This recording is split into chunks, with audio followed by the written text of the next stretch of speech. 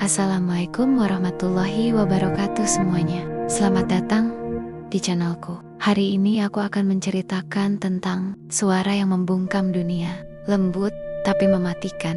Ingat ya, ini cerita hanya karangan semata, bukan kisah asli. Sebelum mulai, jangan lupa bersyukur kepada Allah yang Maha Esa. Dan jangan lupa bersolawat untuk Nabi kita, Muhammad. Bagi yang beragama Islam, jangan lupa untuk klik like, share, subscribe, dan loncengnya ya, agar dapat notifikasi saat channel ini update. Oke, mari kita mulai ceritanya. Suara yang terlalu indah. Malam itu, kafe kecil di sudut kota terasa lebih hidup dari biasanya. Lampu gantung berwarna kuning temara menyorot panggung kayu sederhana, tempat seorang gadis muda berdiri dengan mikrofon di tangan. Namanya Lira Anastasia, baru berusia 22, dengan wajah begitu polos, kulit pucat bersih, mata teduh, dan bibir kecil yang nyaris tak pernah menampakkan amarah. Ketika ia mulai bernyanyi, ruangan mendadak hening. Suaranya jernih, lembut, tapi ada sesuatu yang aneh di dalamnya. Nada yang terlalu tenang, seolah menghipnotis semua orang. Para pengunjung kafe mematung, bahkan pelayan yang tengah membawa nampan berhenti di tengah langkahnya. Lagu itu bukan lagu populer. Itu lagu yang ia tulis sendiri, tanpa judul. Hanya melodi pelan yang menusuk perasaan. Di kursi dekat bar, Reno, pemilik kafe, memperhatikannya dalam diam. Ada sesuatu dalam cara Lira memejamkan mata, terlalu damai untuk seseorang yang bernyanyi tentang kehilangan. Setelah lagu berakhir, kafe meledak dalam tepuk tangan. Lira tersenyum kecil dan menunduk sopan. Sekilas, ia terlihat seperti gadis pemalu yang belum terbiasa dipuji. Reno segera menghampirinya. "Suaramu luar biasa. Kamu mau nyanyi di sini lagi minggu depan?" Lira menatapnya, lalu mengangguk pelan. "Kalau Bapak mau, saya senang sekali." Suaranya lembut, nyaris seperti bisikan. Tapi di balik senyum sopan itu, pikirannya bekerja cepat. Ia memperhatikan cara Reno menatapnya, ada kekaguman, ada ketertarikan. Ia tahu tipe seperti ini mudah dikendalikan. Malam semakin larut. Setelah semua pengunjung pulang, Lira duduk sendirian di depan kaca besar kafe, menatap pantulan wajahnya sendiri. Ia menghapus lipstik tipis di bibirnya dengan tisu, lalu berkata pelan, nyaris tanpa ekspresi, "Mereka semua percaya aku polos." "Bagus." Ketika berjalan pulang melewati gang gelap, langkahnya ringan, seolah melayang. Di ujung jalan, sirene polisi meraung pelan, ada keributan di hotel murah tak jauh dari situ. Lira menoleh sekilas, melihat para medis membawa tandu berisi tubuh lelaki dengan wajah lebam. Ia mengenalnya, pria yang seminggu lalu berani menyentuh bahunya tanpa izin. Tatapan Lira tetap datar. Ia menatap darah yang menetes dari tandu, lalu berbisik di antara senyumnya. Setiap suara yang indah butuh sedikit kebisuan di sekitarnya. Ia melangkah pergi tanpa menoleh lagi, meninggalkan malam yang baru saja menjadi saksi kecil dari sesuatu yang jauh lebih besar, awal dari lagu yang mematikan. Tawaran dari produser. Beberapa hari setelah penampilannya di kafe itu, Lira menerima telepon dari nomor tak dikenal. Suara di seberang terdengar ramah, percaya diri, dan sedikit terlalu akrab. "Nama saya Reno Ardiansyah, produser musik independen. Aku nonton kamu nyanyi di kafe malam itu. Suaramu luar biasa. Aku tertarik kerjasama." Nada bicaranya tenang, tapi penuh keyakinan seperti pria yang tahu apa yang ia mau. Lira tersenyum kecil, pura-pura gugup. "Serius, Pak? Saya cuma nyanyi iseng. Lagunya juga belum jadi sepenuhnya." Justru itu yang aku cari. Yang mentah tapi jujur, jawab Reno cepat. Datang saja ke studionya besok. Aku ingin dengar kamu nyanyi langsung. Keesokan harinya, Lira datang dengan pakaian sederhana, kaos putih, jaket denim, dan wajah tanpa riasan. Wajahnya tampak seperti gadis polos yang tak tahu dunia hiburan bisa sekejam pisau. Tapi justru itu yang membuat Reno terpikat.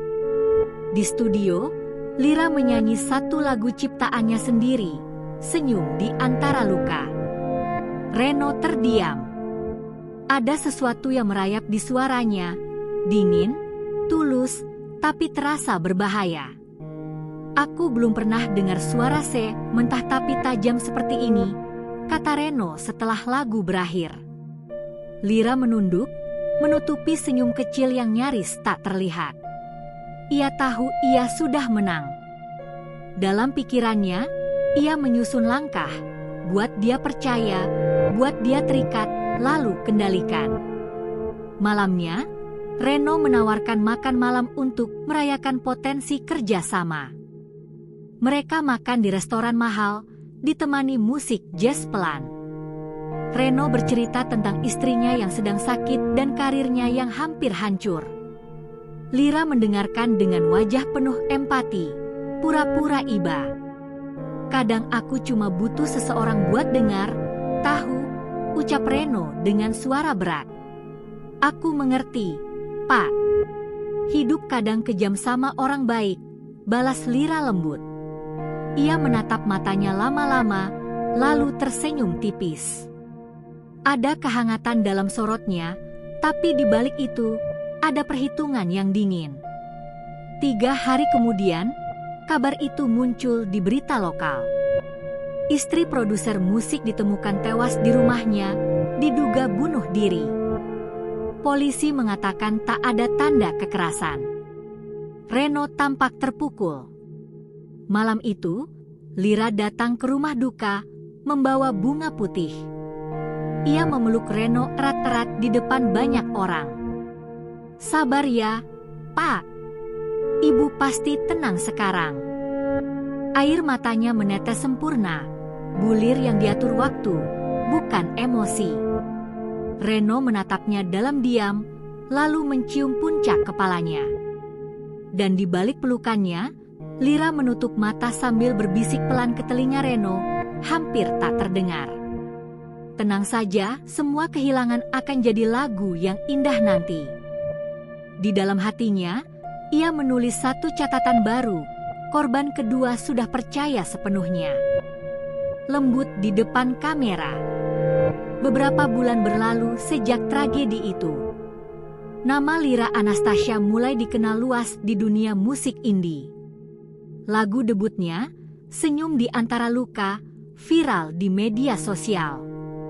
Semua orang terpikat pada sosok gadis muda yang sederhana, kalem, dan penuh ketulusan. Di setiap wawancara, Lira selalu tampil lembut. Ia bicara dengan suara pelan, sering menunduk, senyum tipisnya selalu tampak tulus. Wartawan menyukainya. Mereka menulis artikel dengan judul seperti penyanyi polos yang menyembuhkan luka dunia. Tapi di balik layar, Lira tidak sepolos itu. Ia mengamati kru televisi seperti pemain catur mengamati bidak. Satu persatu, ia memancing mereka dengan kalimat ringan, sedikit pujian di sana, sedikit sindiran di sini. Tak lama, mereka mulai saling curiga, saling menjatuhkan. Kasihan, mereka gampang sekali dibentuk, pikirnya suatu malam sambil menatap pantulan wajahnya di cermin ruang rias. Suatu hari, asisten produksi, lelaki muda yang sering menatapnya dengan kagum, memberanikan diri mengungkap perasaan. Ia datang membawa bunga, wajahnya gugup. Kak Lira, aku suka kamu. Dari pertama kali lihat. Lira hanya tersenyum lembut, menatap matanya lama. Kamu manis, katanya pelan. Tapi jangan jatuh cinta sama orang yang gak punya hati. Asisten itu tertawa, mengira Lira bercanda. Tapi beberapa hari kemudian, ia dipecat karena laporan pelecehan yang tak pernah benar-benar terbukti. Lira bahkan terlihat menangis saat mendengar kabarnya, tangisan sempurna yang membuat semua orang membelanya. Malam itu, Lira menulis lagu baru di apartemennya. Judulnya, Senyumku Tidak Selalu Jujur. Ia menulisnya sambil menatap foto dirinya di majalah dengan caption besar, "Wajah Malaikat Dunia Musik." Ia tersenyum samar. "Malaikat, ya?" bisiknya pelan. Mereka tak tahu kalau malaikat juga bisa membunuh dengan doa. Ia menutup buku catatannya, meniup lilin di meja, lalu berbaring dengan tenang. Di luar jendela, suara sirene samar terdengar lagi, seperti irama yang mengiringi setiap langkah hidupnya. Lelaki di mobil hitam. Hujan turun deras malam itu. Jalanan sepi, hanya lampu toko yang masih menyala samar. Lira baru saja selesai latihan vokal di studio, tubuhnya lelah, tapi pikirannya tetap tajam. Saat ia keluar dari gedung, sebuah mobil hitam berhenti di depan pintu. Kaca mobil turun perlahan. Seorang lelaki duduk di balik kemudi, berjas, berwajah dingin, dengan tatapan tajam yang langsung membuat Lira berhenti melangkah. "Kamu Lira Anastasia?" tanyanya, suaranya berat. "Iya." "Maaf, kita kenal?" "Belum. Tapi aku tahu siapa kamu dan apa yang pernah kamu lakukan di kota lamamu." Lira menatapnya lama, diam. Lalu perlahan, ia tersenyum tipis. "Kau siapa?" "Sebut saja aku orang yang ingin mengingatkanmu. Dunia hiburan itu kecil, Lira.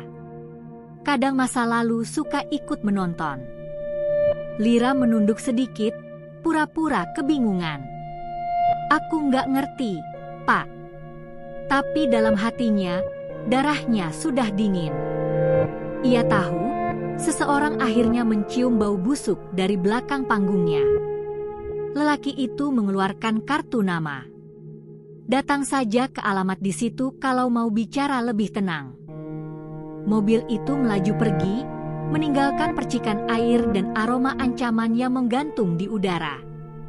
Malamnya, Lira duduk di ruang tamu apartemennya, menatap kartu nama itu.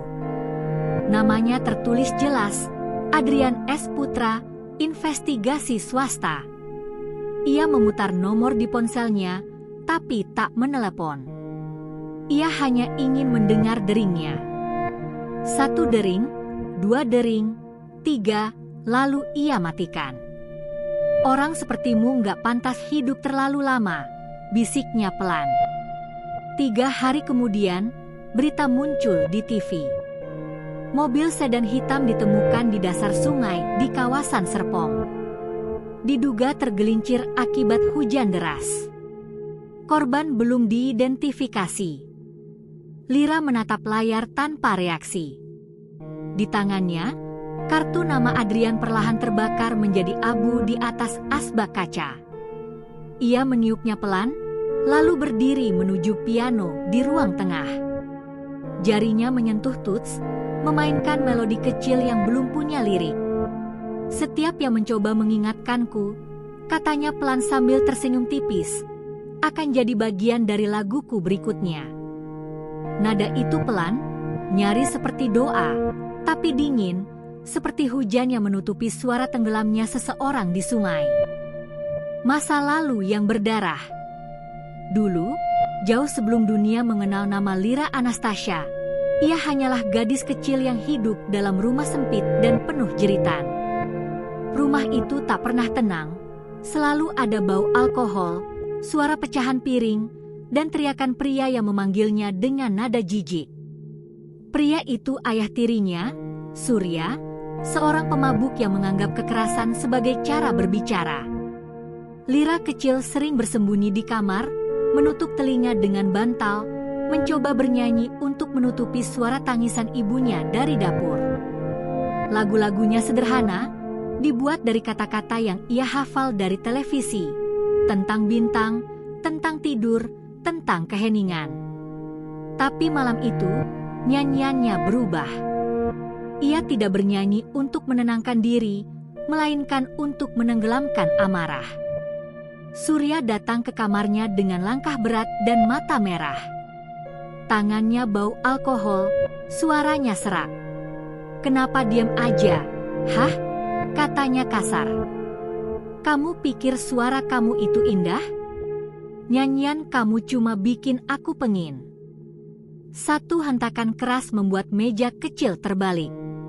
Lira mundur, tubuhnya gemetar, tapi matanya tetap menatap lurus. Di belakangnya, di atas meja, ada pisau roti. Ia mengambilnya tanpa berpikir. "Aku cuma mau tenang," bisiknya. Surya tertawa, mendekat. Tapi tawa itu tak bertahan lama. Lira menggerakkan pisau itu cepat, panik, tapi tepat.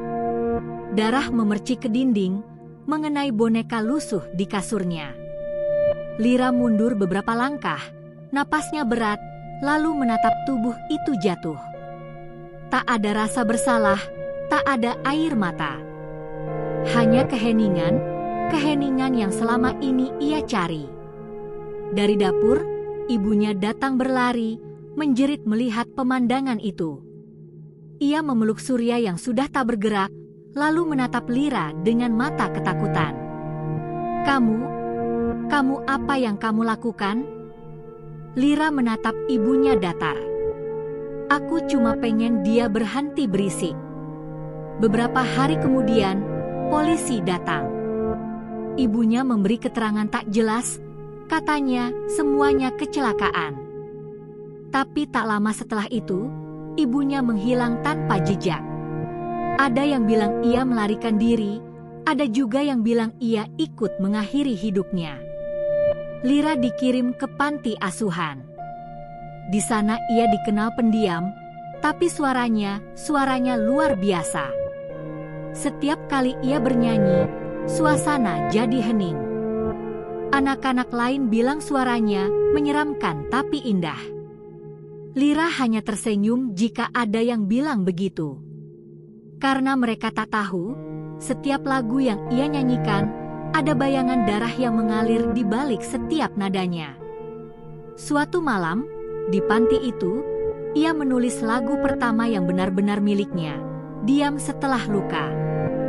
Liriknya sederhana. "Ketika dunia berhenti bicara, aku baru bisa bernyanyi." Ia menulisnya tanpa menangis, tanpa rasa bersalah. Karena bagi Lira, malam berdarah itu bukan awal dari kehancuran, melainkan awal dari keheningan yang sempurna. Panggung pertama. Hari itu adalah hari yang ditunggu-tunggu, konser besar pertama Lira Anastasia.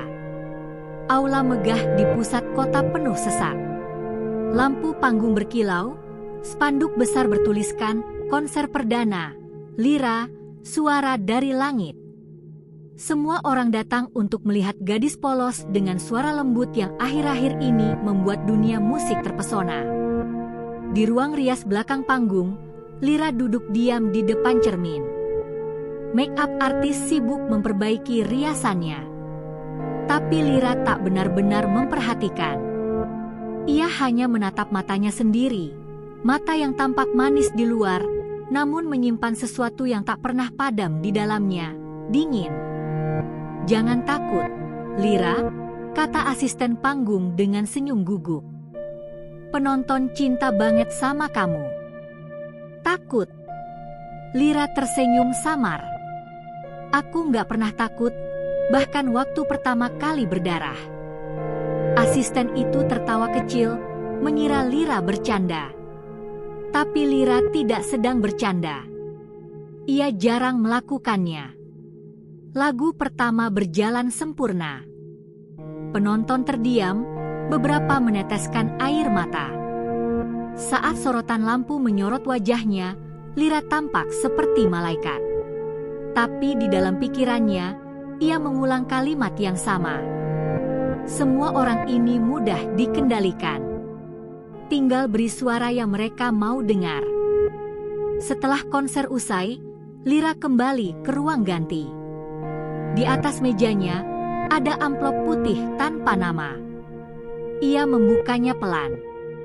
Di dalamnya ada selembar foto tua, foto rumah lamanya dengan noda darah samar di dinding. Di balik foto itu, tulisan tangan kasar berbunyi, "Aku tahu siapa kamu sebenarnya." Untuk pertama kalinya dalam waktu lama, ekspresi Lira berubah. Senyum kecilnya pudar. Ia menatap tulisan itu lama, lalu menyelipkan foto ke dalam tasnya tanpa berkata apapun. Beberapa hari kemudian, Lira menghadiri pesta kecil bersama para kru dan wartawan. Di antara keramaian, ia melihat seorang pria yang berdiri sendirian di balkon, menatapnya tajam. "Kau yang kirim foto itu?" tanyanya pelan ketika mendekat. Pria itu terkejut. "Jadi kau tahu?" "Aku cuma ingin bicara. Aku tahu kejadian di rumahmu dulu bukan kecelakaan." Lira mendekat, langkahnya tenang. "Kau tahu banyak, ya?" "Aku jurnalis, Lira.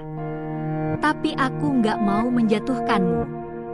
Aku cuma ingin kebenaran." Lira menatap matanya, senyum lembutnya kembali. Ia meraih tangannya, lalu berkata pelan, "Kebenaran kadang terlalu berat buat dunia, Mas. Mending disimpan aja." Keesokan harinya, berita kecil muncul di laman daring. Seorang jurnalis ditemukan tewas di kamar hotel, diduga serangan jantung mendadak. Lira membaca berita itu sambil menyesap teh. Tidak ada ekspresi. Hanya tangan yang bergerak pelan, menulis catatan baru di buku liriknya. "Setiap kejujuran ada harga. Dan aku yang menagihnya." Ia menutup buku itu, lalu menatap keluar jendela. Dari kejauhan, baliho besar konser keduanya sudah dipasang. Senyum kecil muncul di wajahnya. "Mereka pikir aku penyembuh," bisiknya. "Padahal aku cuma memastikan dunia tetap tenang dengan cara yang paling sunyi." Lagu rahasia. Setelah konser keduanya sukses besar, Lira jadi legenda baru di dunia musik. Semua stasiun radio memutar lagunya, semua media berlomba memuji kesederhanaannya. Tapi di balik senyum di layar dan pujian di berita, Lira sedang menulis sesuatu, lagu yang tak boleh dipahami siapapun. Ia menamainya "Hening Sebelum Mati". Melodinya pelan, nyaris seperti doa. Tapi liriknya penuh kode. Setiap bait berisi potongan ingatan, nama samar, tanggal, dan tempat kejadian. Hanya Lira yang tahu artinya. "Aku menulis sejarahku dengan nada," gumamnya suatu malam. "Kalau mereka tahu artinya, mungkin mereka berhenti memujaku." Di studio, Reno, produser sekaligus kekasihnya sekarang, mendengarkan versi mentah lagu itu. "Lagu ini beda banget," katanya. "Kamu yakin mau rilis? Nggak takut terlalu gelap?" "Gelap itu indah kalau dinyanyikan dengan tenang," jawab Lira lembut. Reno hanya tertawa kecil, tak paham makna sebenarnya. Ketika lagu itu rilis, publik langsung tergila-gila. Banyak yang bilang liriknya misterius tapi menyentuh. Beberapa fans bahkan membuat teori konspirasi. Katanya, lagu itu semacam surat rahasia dari Lira kepada seseorang yang sudah meninggal. Lira hanya tersenyum membaca semua teori itu. Ia tak perlu menjelaskan bahwa mereka benar dan salah pada saat yang sama. Tiap malam, ia memutar lagunya sendiri, memejamkan mata, mendengarkan dengan tenang. Setiap baitnya seperti memanggil kembali wajah-wajah yang telah hilang. Ayah tiri, ibunya, wartawan di balkon, dan lelaki yang tenggelam bersama mobil hitam. Suatu hari, asisten pribadinya masuk ke apartemen tanpa mengetuk dan menemukan Lira duduk di lantai, dikelilingi lembaran lirik. "Kak Lira, kamu nulis lagu baru lagi?" Lira menoleh, tersenyum samar. "Bukan lagu baru. Hanya daftar yang belum selesai." Asisten itu tertawa, tak paham maksudnya. Tapi Lira tahu, ia baru saja menulis baris terakhir lagu itu. Ketika semuanya berhenti bernapas, musikku akan tetap terdengar. Dan untuk pertama kalinya, ia merasa puas. Lagu itu bukan sekadar karya, itu pengakuan yang tak bisa dibaca siapapun. Cinta yang tak sengaja. Reno makin dekat dengan Lira. Ia bukan cuma produser, tapi juga orang yang paling sering menatap wajah polos itu dari jarak dekat. Kadang ia lupa kalau gadis ini bukan malaikat, melainkan teka-teki berbalut senyum lembut. Suatu malam seusai latihan, Reno mengantarkan Lira pulang. Hujan turun pelan, jalanan sepi, dan aroma tanah basah memenuhi udara. "Kalau semua orang tahu siapa kamu sebenarnya, kamu masih mau nyanyi?" tanya Reno tiba-tiba. Lira menatap keluar jendela, bibirnya tersenyum samar. "Kamu pikir aku siapa?" "Aku nggak tahu. Kadang kamu manis banget, kadang dingin kayak orang tanpa hati." Lira hanya tertawa kecil. Mungkin dua-duanya benar. Beberapa hari kemudian, Reno datang lagi ke apartemen Lira. Ia menemukan satu ruangan yang selalu dikunci. Rasa penasaran mengalahkan sopan santun, ia mencoba membukanya. Tapi pintunya terkunci rapat, dan di baliknya terdengar bunyi logam bergesek pelan. "Jangan pernah masuk ruangan itu." Suara Lira tiba-tiba muncul di belakangnya, datar tapi menekan. Reno menelan ludah. "Cuma penasaran, kok. Kamu nggak pernah biarin aku." "Rasa penasaran kadang membunuh," potongnya, masih dengan nada lembut. Malam itu, Reno tak banyak bicara. Tapi di matanya muncul sedikit ketakutan, sesuatu yang Lira sadari, dan entah kenapa, ia menikmatinya. Di kamarnya, Lira menatap foto Reno di ponselnya lama sekali. Ada sesuatu yang berbeda kali ini, ia tak ingin menghapusnya. "Mungkin aku mulai suka kamu," bisiknya pelan. "Sayang, yang kusukai biasanya nggak bertahan lama."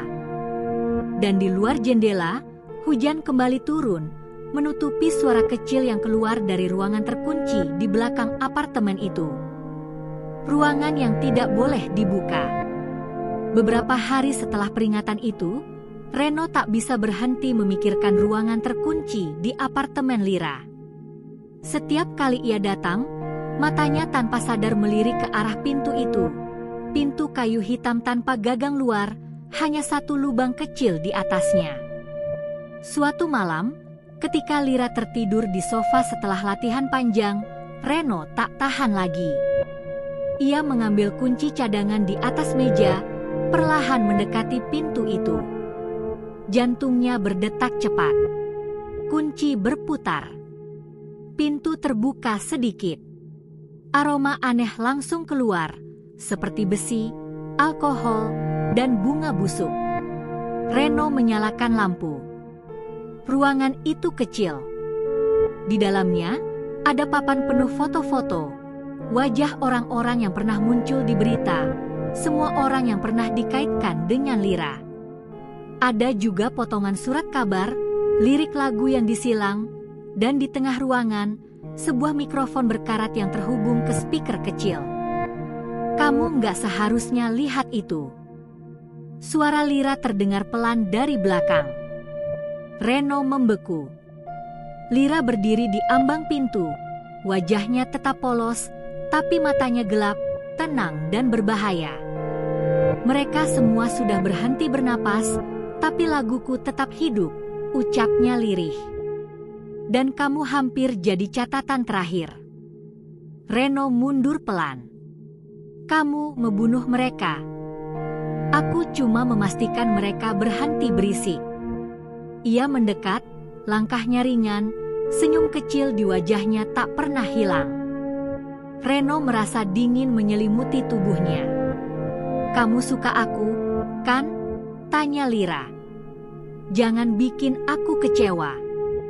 Lampu ruangan berkelip. Pintu menutup perlahan. Dan dari luar, hanya terdengar satu hal, musik pelan dari lagu Hening Sebelum Mati. Akhir dari panggung. Seminggu setelah malam itu, Lyra kembali tampil di atas panggung besar. Ribuan penonton bersorak, lampu sorot menyoroti wajah polosnya yang tampak begitu lembut dan damai. Tak ada yang tahu apa yang sebenarnya terjadi di apartemennya. Reno menghilang begitu saja. Media mengira ia pergi ke luar negeri. Lyra berdiri di tengah cahaya, memegang mikrofon peraknya. Lagu terakhir malam ini, ucapnya dengan senyum tenang, untuk semua orang yang pernah menemaniku bernyanyi. Musik mulai. Lagu itu, Hening Sebelum Mati. Tapi kali ini, nada-nadanya terdengar lebih pelan, seperti bisikan dari dunia lain. Di layar besar belakang panggung, muncul potongan gambar samar, wajah-wajah yang penonton pikir hanyalah efek visual, padahal semuanya nyata. Matanya menatap penonton satu persatu, seolah sedang memilih. Kalian suka laguku? Katanya pelan di akhir bait. Bagus, jangan berhenti mendengarkan. Ketika sorak-sorai meledak, Lyra menunduk, lalu berjalan perlahan ke belakang panggung. Ia melewati lorong sepi, membuka pintu kecil di ujung, dan menghilang ke dalam gelap. Tak ada yang melihatnya lagi malam itu. Yang tersisa hanyalah suaranya, masih terdengar dari speaker panggung, berputar tanpa henti meski pertunjukan sudah selesai. Musikku takkan pernah mati.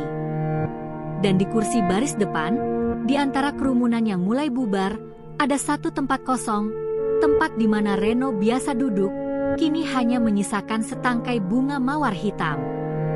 Wajah polos Lyra akan selalu diingat orang sebagai penyanyi penuh pesona. Tak ada yang tahu kalau setiap lagu yang ia tulis adalah nyanyian kematian bagi mereka yang terlalu dekat dengannya.